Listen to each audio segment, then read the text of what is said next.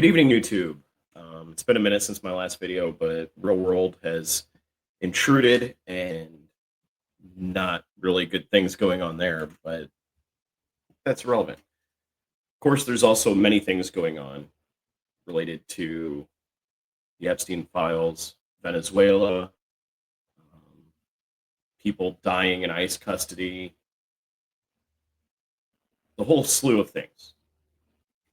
ACA subsidies, discharge petition going through. Obviously, there's a lot going on. But the biggest thing is something that's been brewing for a very long time. And that is, of course, the Epstein files finally being released by the Department of Justice. And it was kind of a womp womp kind of situation because, let's face it, there's no situation where the actual files are going to be released or untampered with or anything else. The Department of Justice has even been caught deleting photos that it mistakenly uploaded that they meant to have redacted.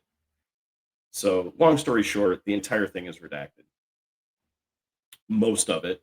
A few of the victims' names got released, but certainly we know Trump is named in the files. He's not in the files.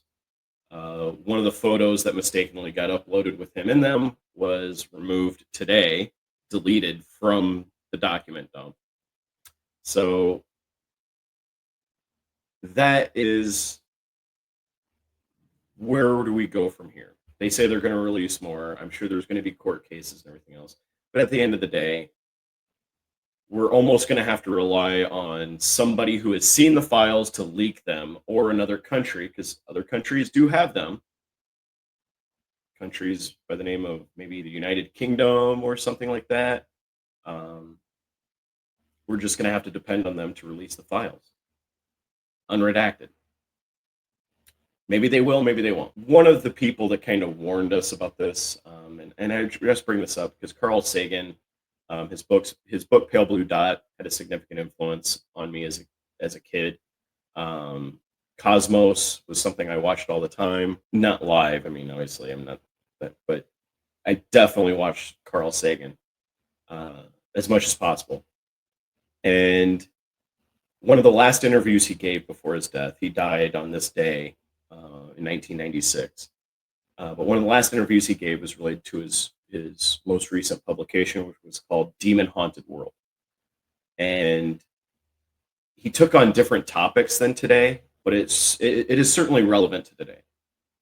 And he does speak a lot about religion in there, but I'm going to save that for another video. I do have some thoughts I want to share on that, and it being Christmas, I think it's kind of a worthwhile time to do that.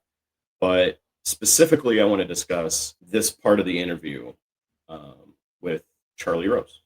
So without further ado, here's Carl Sagan. Say scorn, just derision. Derision. A more generous version of scorn. But what's the danger of all this? I mean, this is not the thing that... There's two kinds of dangers. One is what I just talked about, that we've arranged a society based on science and technology, in which nobody understands anything about science and technology. And this combustible mixture of ignorance and power, sooner or later, is going to blow up in our faces. I mean, who is running the science and technology in a democracy if the people don't know anything about it? And the second reason that I'm worried about this is that science is more than a body of knowledge. It's a way of thinking, a way of skeptically interrogating the universe with a fine understanding of human fallibility. If we are not able to ask skeptical questions, to interrogate those who tell us that something is true, to be skeptical of those in authority, then we're up for grabs for the next charlatan, political or religious, who comes ambling along. It's a thing that Jefferson lay great stress on. It wasn't enough, he said, to enshrine some rights in a constitution or a Bill of Rights. The people had to be educated, and they had to practice their skepticism and their education. Otherwise, we don't run the government. The government runs us. Jefferson was amazing. So that's basically the point. And what he's talking about there is this day and age that we are in, going all the way back to, Cambridge Analytica and the rise of social media algorithms, and influencers. And yeah, I know I'm on YouTube. As Doc Holliday would say, my hypocrisy knows no bounds. But in general, that is where we're at. The whole point of social media is to keep you engaged, keep you clicking. And the easiest way to do that is to make you angry, right? So if it notices that you are interested in a certain topic, it's going to keep feeding you that topic. If you engage more in certain videos, it's going to keep giving you those videos. This is true of Instagram, YouTube, Facebook, YouTube, right? TikTok. And what Carl Sagan is talking about here is that we need to have a skepticism about what we see. We have to not take everything that we see on social media or that gets fed to us by the algorithms with 100% belief. Because we can't. There are people out there that make a living on feeding us bullshit, whether it's true or not. Fake news, fake data, COVID, all of it.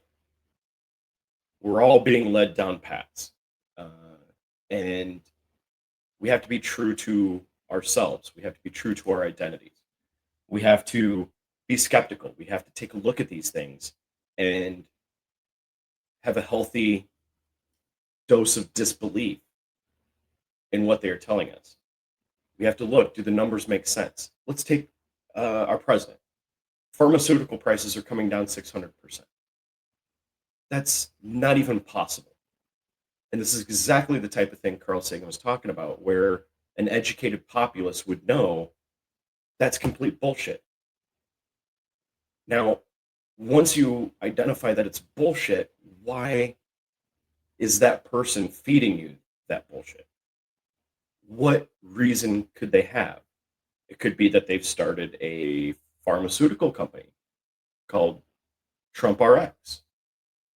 And it just so happen that most of the deals that the US government has cut with pharmaceutical companies only apply to Trump RX.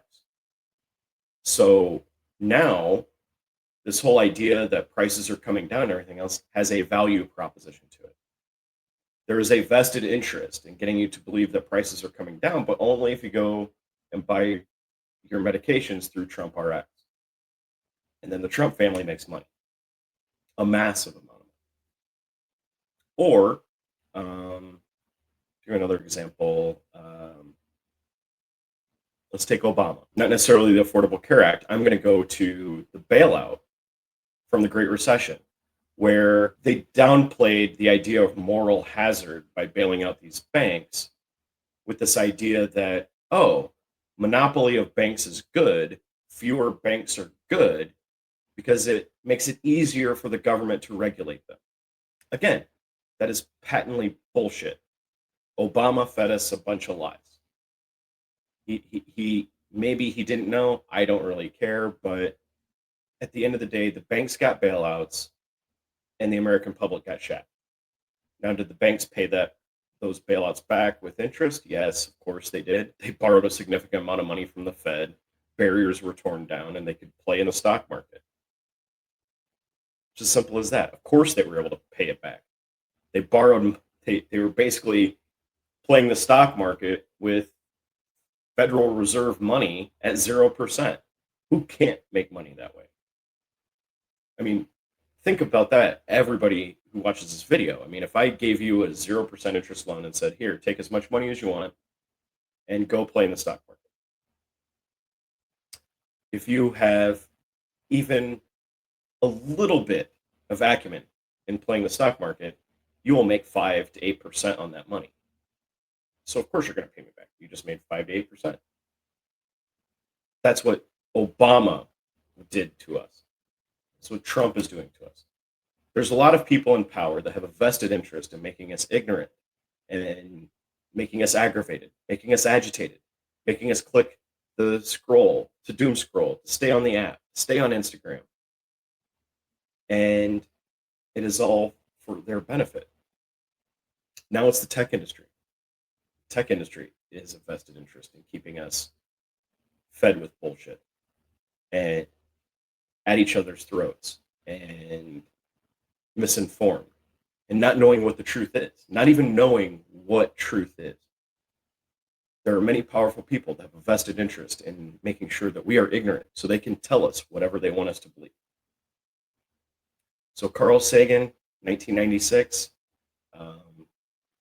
a beautiful predictor of where our world is at today. Bye, YouTube.